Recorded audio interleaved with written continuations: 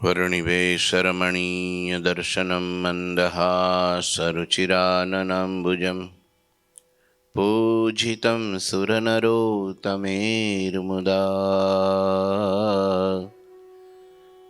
धर्मनन्दनमहं विचिन्तये। ॐ अवतारिणे श्रीस्वामिनारायणाय नमो नमः। श्रीघनश्यामाय नीलकण्ठाय सहजानन्दाय च नमो नमः। हरिकृष्णाय परं ब्रह्मणे च नमो नमः। श्रीसद्गुरुचरणकमलेभ्यो नमो नमः। बोलो श्री स्वामीनारायण भगवाननी जय। श्री ठाकुर जी महाराजनी जय। श्री हरि कृष्ण महाराजनी जय। श्री घनश्याम महाराजनी जय। श्री सद्गुरुदेवनी जय। श्री 500 परमहंसनी जय। जय श्री स्वामीनारायण। પુરુષોત્તમ ચરિત્ર ગ્રંથ ભગવાન ઘનશ્યામ મહારાજના છપૈયાના બાળ ચરિત્રો અધ્યાય 19મો ચાલુ છે. છેલ્લે ધર્મદેવ ભક્તિ માતાએ બાલપ્રભુના બાળ કેશ ઉતારવાનો ઉત્સવ કર્યો છે. દેશ દેશાંતરથી ભક્તોને બધાને પોતાના સ્નેહીજનો સંબંધીઓને બોલાવ્યા છે, તેડાવ્યા છે. માતા એમની સરભરા કરવામાં ઘનશ્યામને ભૂલી ગયા છે. ઘોડિયું મૂકી આવ્યા છે બહાર. નાના છોકરાઓને કીધું આને તમે રમવા લઈ જાઓ. રમવા તો લઈ ગયા છોકરાઓ આંબાવાડિયામાં, પણ ત્યાં છોકરાઓએ ઘનશ્યામને ભૂલી ગયા. આ બાજુ માં ભૂલી ગયા અને આ બાજુ બાળકો પણ ભૂલી ગયા. એટલે હવે અહીંયા આગળ લખે છે, મુકુંદ બ્રહ્મચારી ઉત્તમ રાજાને કથા સંભળાવે છે અને એ કથા કવિશ્વર દલપતરામજી લખે છે. લેવન ફલ બાલક સમુદાયી ગયે દૂર ફલ અધિક ચહાઈ ભૂલ ગયે હરિ કે સુધિ સબહી અસ્ત ભયો આદિત્ય હિ તબહી.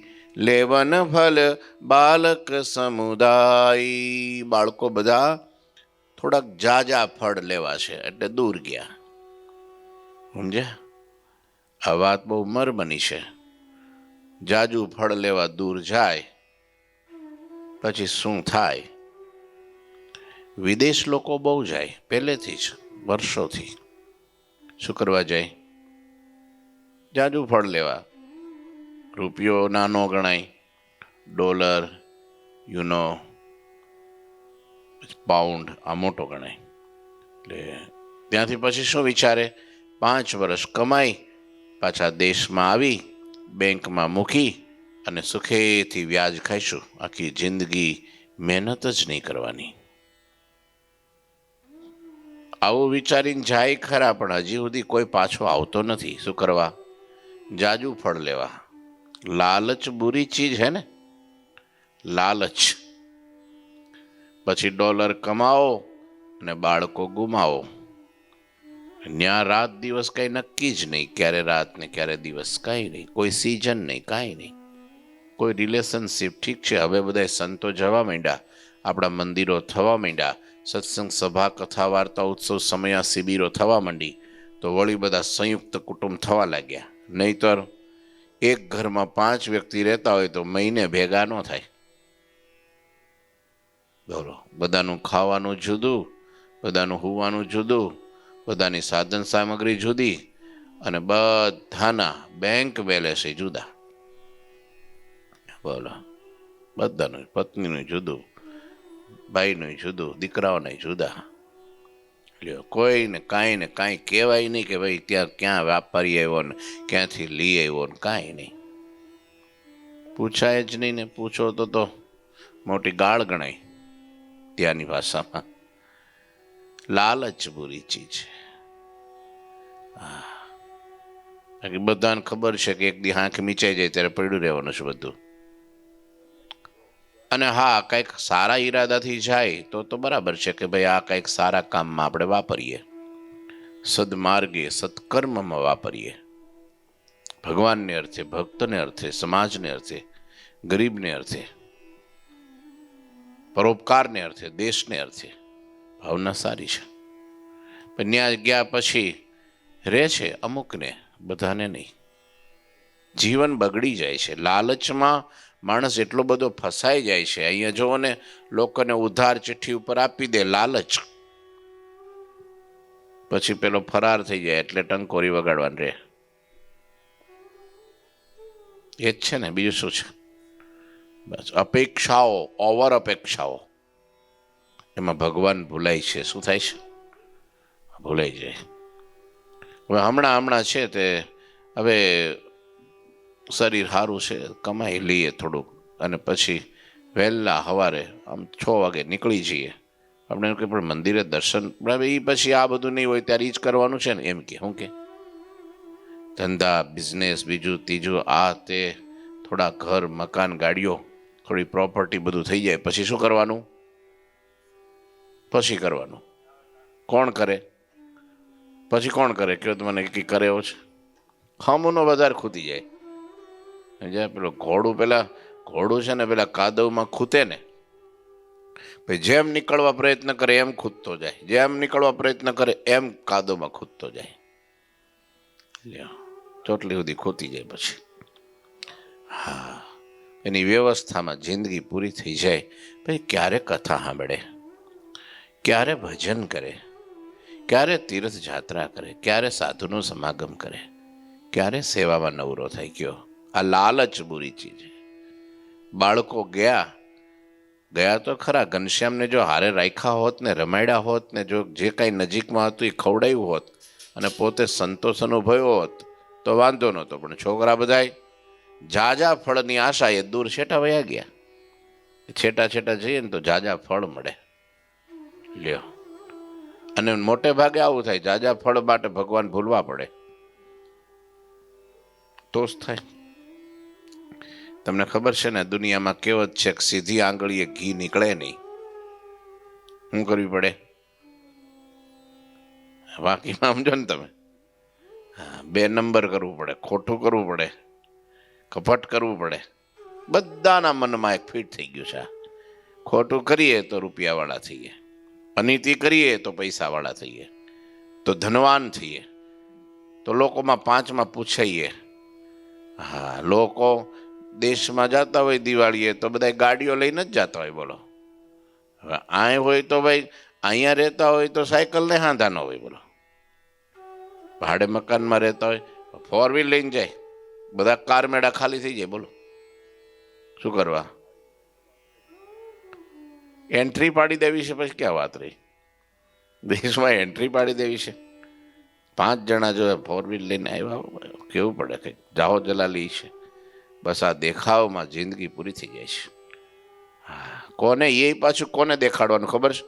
જેના પાસે પાવલીની પેદાઈશ નહીં, ઘડીની નવરાઈશ નહીં, એવા માટે. ભગવાનને તો એ કંઈ જોવું નથી, સાધુને તો એ કંઈ જોવું નથી.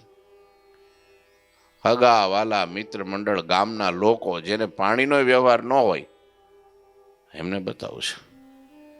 જેને કાંઈ બેટી રોટીનો વ્યવહાર ન હોય એને બતાવું છે. વટ પાડી દેવો છે. લ્યો, વટમાં ભાઈ પડી જાય, પણ વટ તો એમને રહે, વટ પડે નહીં, ભાઈ પડી જાય. આ લાલચ બુરી ચીજ છે. શું છે? આમ છે.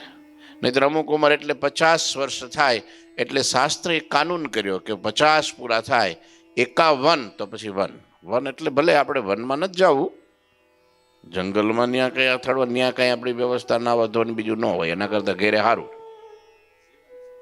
હા, બસ પાછું વૃત્તિ વાળી દેવી છે.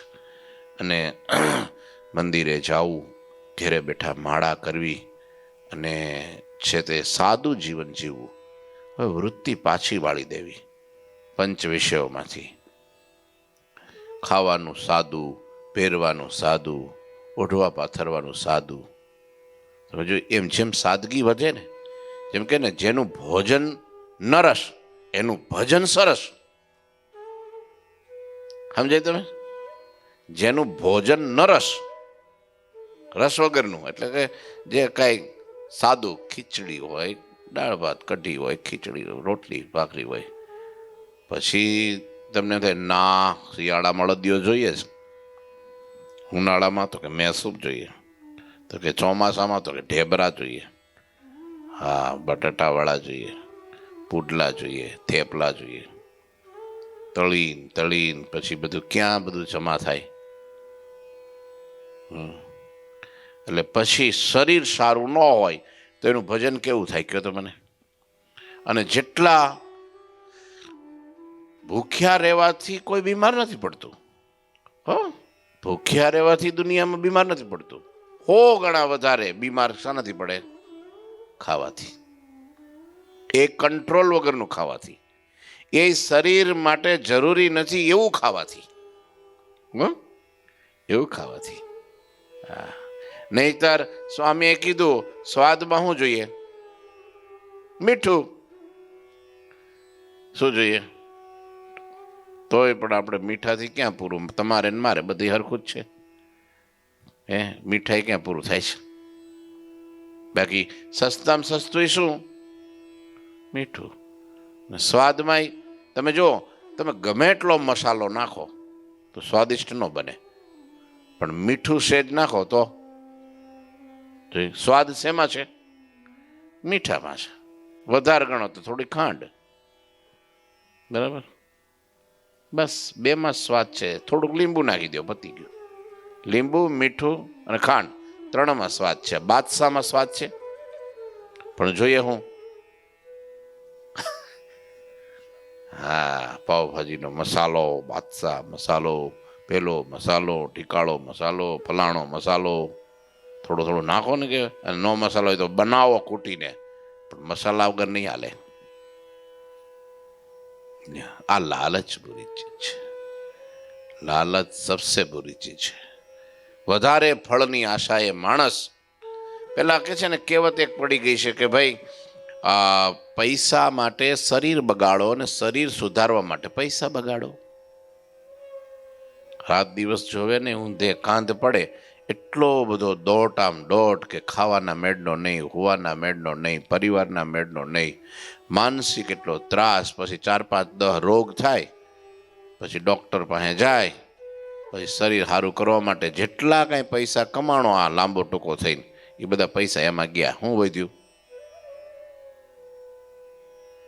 શું વધ્યું? કાંઈ મજૂરી ન વધી, એમાં વહી ગઈ. હા, એના કરતા સંતોષી જીવન હોય. એટલે કે છે અહીંયા બાળકો ભગવાનને છોડીને ફળની આશાએ થોડાક આઘા કોઈ ગયા. ફળની આશાએ આઘા વહી ગયા. બોલો, ઘણા યુવાનો મને કહે કે સ્વામી હમણાં પૂજા નહીં હો, હમણાં પૂજા નહીં. છોકરાઓ એમ કે હમણાં નહીં તો વેકેશનમાં, કે પૂજા વેકેશનમાં કરવાની. હાવ નવરા હોય ત્યારે શું કરવાની? અત્યારે તો વહેલું જાગવાનું હોય. બોલો, ભણવા માટે વહેલા જાગે, કોકના લગ્ન માટે વહેલા જાગે. મને હમણાં કાલે છોકરો કહેતો હતો, હા આપણા બાપા સીતારામ સોસાયટીનો જ હતો, મને કે મેં કીધું આ 10 દિવસથી તું દેખાણો નહીં. મને કે 10 લગ્ન હતા, કે 10 લગ્ન હતા.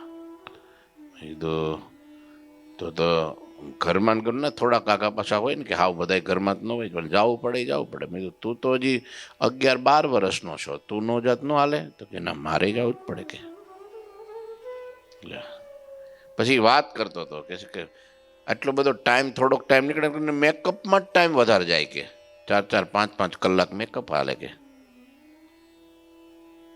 એ છોકરો પાછો નિર્દોષ બધું કીધું હતું કે આ 10 દિવસમાં 51,000 તો કે મેકઅપ થયો. મેં કીધું લગ્ન કોના હતા? તો કે બીજાના. તમે વિચાર કરો, 51,000 મેકઅપ ના થયા, લગ્ન બીજાના. વિચારો, મેકઅપ વાળા પણ જોરદાર જામી ગયા છે ને કંઈક. વિચારો. અને એ 3 કલાક પછી મને એ એટલું હાવ બિચારો હાવ નિર્દોષ, એટલે મને કે 3 વાગે મારી મમ્મી જાગે કે. કેટલા વાગે? શાના માટે? મેં કીધું કંઈ આમ કોઈ ઓફિસે જવાનું હોય, કંઈક કોઈ એનો રસોઈ બનાવવાની હોય બીજા માટે. ના, કે મેકઅપમાં 3 વાગે પોગી જવું પડે ત્યાં બ્યુટી પાર્લરમાં. સવારે 3 વાગે જાગે છે ને પણ માણસો જો ખરા. મેં કીધું ભાઈ મેકઅપ કેટલા દી અઠવાડિયું રહે? એટલે કે ના 2-3 કલાક રહે, સાંજે જુદો પાછો. હા, માંડવે ગયા હોય ત્યારે જુદો, અને પેલા દાંડિયા રાસમાં જાય ગરબા હોય ને ત્યાર પછી જુદો. અરે મેં કીધું કઈ કળિયુગ આવ્યો છે કઈ? 2-3 કલાક મેકઅપ રાખવાનો ખાલી. પછી મેં કીધું એનું કારણ શું? મને કે ફોટા હારા આવે ને કે. એટલે કે મેં કીધું ફોટા માટે તો ભલે કોમ્પ્યુટરમાં કોકને આપી દો તો એડિટિંગ કરીને મસ્ત બનાવી દે, પીછડા મારીને અંદરથી. એવું કરવું જ થાય? પૈસા બગાડવાનું? તો કે ના ના, એ તો બીજા માણસો બધા જોવે ને પાછા. મેં કીધું એ જોવે તો શું કે? તો કે એ પછી એમ કે એમને ગયા હોય ને કે આ નાયા ધોયા વગર ક્યાં આવી ગયું કે. એટલે એમ બધા વાતો કરે ને. વાતો કરવા માટે નહીં લેવા નહીં દેવા, એ વાતો હારી કરવા માટે 51,000 રૂપિયા વાપરી. પછી છોકરાને ફી ભરવાની થાય ને તાર કોકના ઉછીના લેવાના પાછા. સમજાય છે? તાર ઉછીના લેવાના. કે ગામડે જવું હોય, કોકને માટે બીમાર થાય, હાલો કંઈક તકલીફ, ઓપરેશન આવી ગયું, ત્યારે શું કરવાનું? એટી કેટીમાં રહેવું છે, સાદું ગમવું ફાવતું જ નથી. બોલો, આ બધી શું છે? ફુગાવો ઉડાવ છે બધું. સાદું જીવન. કપડાં કેવા જોઈએ? આપણે અંગ ઢકાવા જોઈએ. રજોગુણમાં માણસ પછી છે ને, આમ રજોગુણમાં ઉપરથી દેખાય, અંદરથી ભિખારી બની જાય. કેવો બની જાય? અંદરથી ભિખારી બની જાય. અને જો સાદું જીવન હોય ને, ઉપરથી સાદો પેલો લાગે કે આ માણસ થોડો આવો પેલો જૂના જમાનાનો છે, પણ અંદરથી અમીર બની જાય. હા, છાતી કાઢીને ચાલે હો ભાઈ, હસતો ચહેરો રે. હા, તમે જો સાદો. મેં કચ્છમાં હજારો માણસો એવા જોયા છે, ગામડાઓમાં તમે જો ને, હાવ સાદા ધોળા કપડાં પહેર્યા હોય, માથે ટોપી હોય, મંદિરે માળા હાથમાં હોય, અને બેઠા બેઠા ભજન કરતા હોય. આપણને ઊભા થઈને જે સમરણ કરવાના, આપણે એમ થાય કે આવડા મજૂરી કરતો હોય છે, રોજનું રોજ દાડીએ જતો હોય છે, દાડીથી પોતાનું ઘર પરિવાર ચલાવતા હોય છે. આવી સાદગી. હા, દંડવટ કરે સાધુને, નિયમ રોજ, ચેષ્ટામાં રોજ, કથામાં રોજ, એક દી ખંડિત નહીં. પછી એમણે સંતોને કે સ્વામી પધરામણી ક્યારે પધારશો? તમે જ્યારે કહો ત્યારે આવશું કે. તો પછી આજ કરી નાખીએ. તમે અનુકૂળ કાંઈ નો પ્રોગ્રામ હોય તો આપણે સંતો આવ્યા હોય તો હું તો બીજા કામ ઠેલી દઉં. આવો ઘેરે. ઠાકોરજી લઈને ઘેરે જઈએ અને એના ડેલામાં પગ મૂકીએ ને તો 4 ને 5 ને 6 ફોર વ્હીલ ગાડીઓ હોય, 2 ટ્રેક્ટર હોય, વિઘાયકના ફળિયા હોય, 8 રૂમના ઓરડા હોય, 8 રૂમની ઓસરીઓ હોય. જાહો જલાલી, કરોડોપતિ, અબજોપતિ માણસ, એકલો વ્યક્તિ આખું 5 કરોડનું મંદિર એકલો બાંધી દે. બોલો, એટલી કેપેસિટી. આપણે એમ કે આ કોને ઘેરે તમે લઈ આવ્યા? તો કે આ ઠાકોરજીનું છે. આપણું તો સમજી લેવાનું કોનું છે. આપણું કાંઈ નથી આમાં. બોલો, માલિક બોલો.